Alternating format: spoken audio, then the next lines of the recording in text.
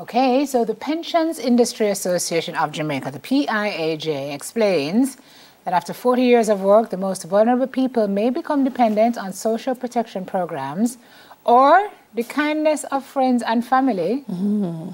They believe that one of the tools for addressing the impending pension problem is to automatically enroll.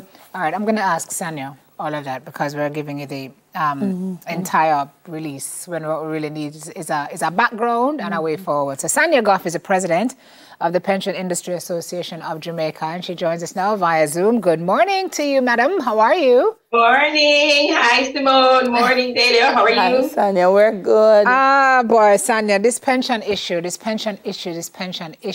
I mean, you know, sometimes we hear the word and it's such a heavy word and people think about it as something for down the road, and so many don't really ruminate on it and plan for it. And if I'm reading this stat or these stats correctly, only 18% of the population is pensioned?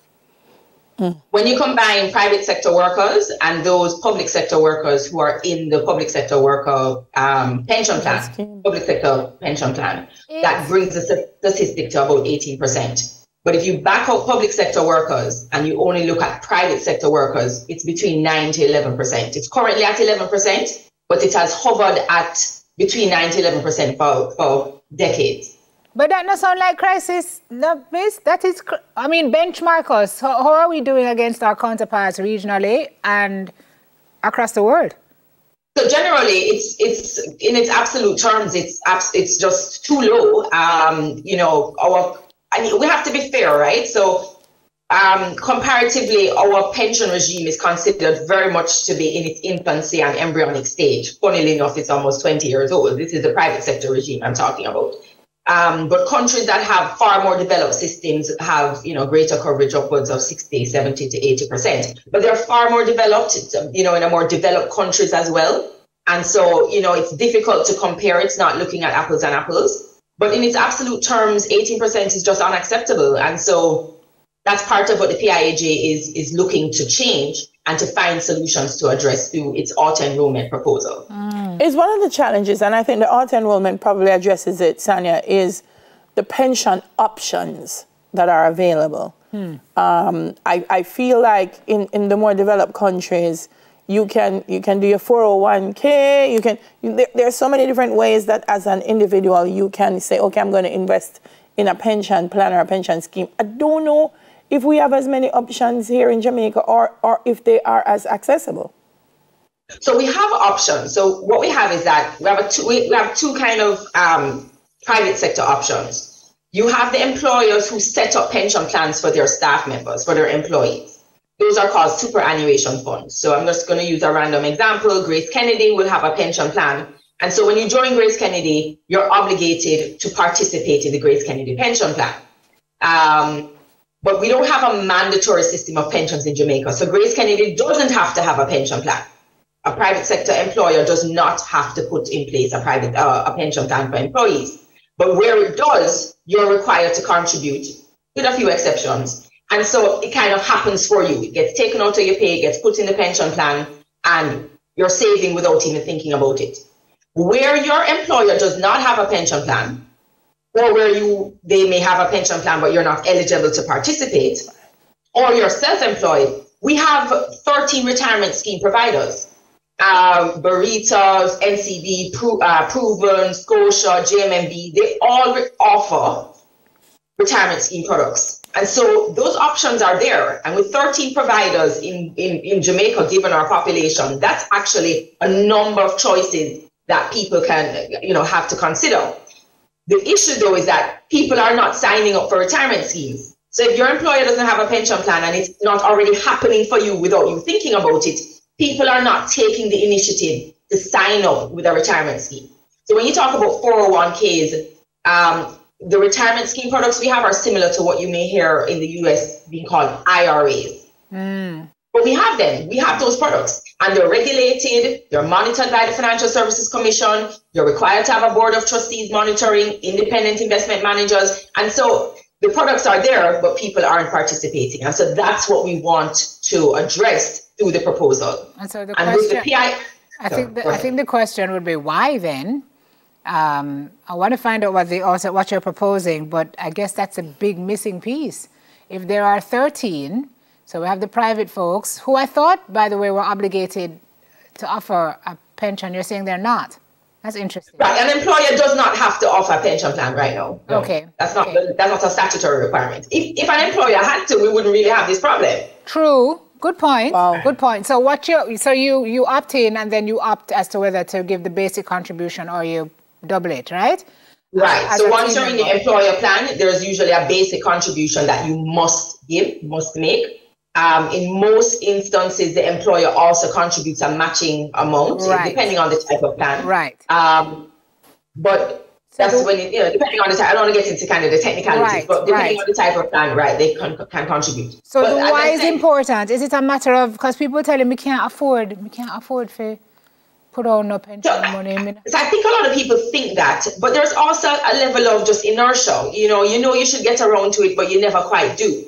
And so when you think about the PIAJ's proposal, what we're advocating is automatic enrollment into any one of these retirement scheme providers. So if, as an employer, you do not offer a pension plan, okay, you're not required by law to do so, but at a minimum, let it be a statutory obligation to put your employees who are not in a pension plan into a approved retirement scheme. Any of those 13 providers I spoke about earlier. ARS. Mm-hmm. ARS, right. Put them into a retirement scheme, because by taking that first step, you kind of flip the choice architecture. Rather than saying to people, it's important, and leave them to take the step on their own, the employer is just taking that first step for you, putting you into a retirement scheme. Now remember, this is not intended to be a tax on employees. So nobody's forcing you to do a second NIS contribution. It's not a second tax. It's not a tax on your salary. Right. Because you can always opt out if you would like. For some people, it's not a convenient time to save, as you said, Simone. Sometimes fiscal, life disruptions make it difficult for you to find that fiscal space to save. And so you can opt out if you want. However, one of the features of the proposal is what we refer to as auto re-enrollment. And so there will be auto re-enrollment at specific intervals, maybe every 2 years, every year. Because what you find is that when people opt out, oftentimes they're opting out, not because it's a permanent position they're taking on retirement savings, but just right now I can't manage it. Mm-hmm. And exactly. And auto re-enrollment, for where you have automatic enrollment in other countries, that concept of auto re-enrollment is usually a big part of the design features. Okay. There are lots of folks. Well, I know there was one that was just launched for the tourism workers, no? So Sanya, there are folks who are becoming more savvy and trying to get more people involved. As far as this PIAJ proposal is concerned, where are you with it, and how is it coming along, and what does it look like in terms of adoption and proposed adoption? How are we doing? So we're very excited. I would put a lot of work into rolling out a stakeholder engagement process roadmap.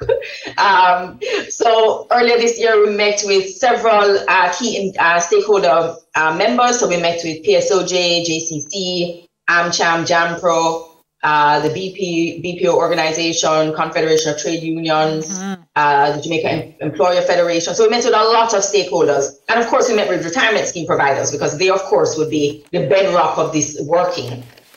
And then we got great support. We got really good feedback, resounding support for it. In fact, people wanted us to be even more aggressive, go further, but we want to ensure that we put forward a proposal that is that employees will have the appetite to participate in, and that we won't see an immediate kind of knee-jerk opt-out reaction. And also, we then went on to meet with the higher level of stakeholders. So we met with the BOJ, Minister of Labour, we met with TAJ, FSC, and we met with the leader of the opposition and members of his team. We're waiting to meet with the Minister of Finance and his team, because that's kind of where we expect the next stage to take us once we get that green light. We would expect, maybe a legislative committee to be set up, or a cabinet committee to be set up to look at it in a little bit more detail. We may have need for another round of stakeholder engagements. Mm-hmm. Certainly, there's going to be need for a nationwide PR campaign supporting At a national level, yes. So whilst we've been doing our work, on the ground level, we've been engaging with stakeholders, and we've been doing a lot of work in the press in terms of getting people sensitized to the proposal. A national rollout campaign would be important, just to ensure, as you said, Simone, people are a little afraid when they hear about pensions. They're nervous. It seems complicated to them, but this proposal isn't complicated. All we're saying is we have an existing framework. It works. It's monitored. It's regulated. You're not taking the step to go in. We're just going to take that first step for you, make it an obligation under law, and you're always able to manage your retirement security if you want to come out at any point in time. Fantastic. Okay. Well, that helps because that takes some of the guess and the spell and the legwork out of it. So we'll listen to hear more. We have to go, Sanya, but thank you so much for joining us this morning and for the elbow grease you're putting into this, because we know you are working to make this a reality. Thanks so much. Appreciate it. Thank you, guys. Thanks for having me. Have a great day. Bye. President of the Pension Industry Association of Jamaica, Sanya Goffe. All right, we'll be back after this break. We're going to be discussing the transport operators strike. Woo! Grab your tea and come.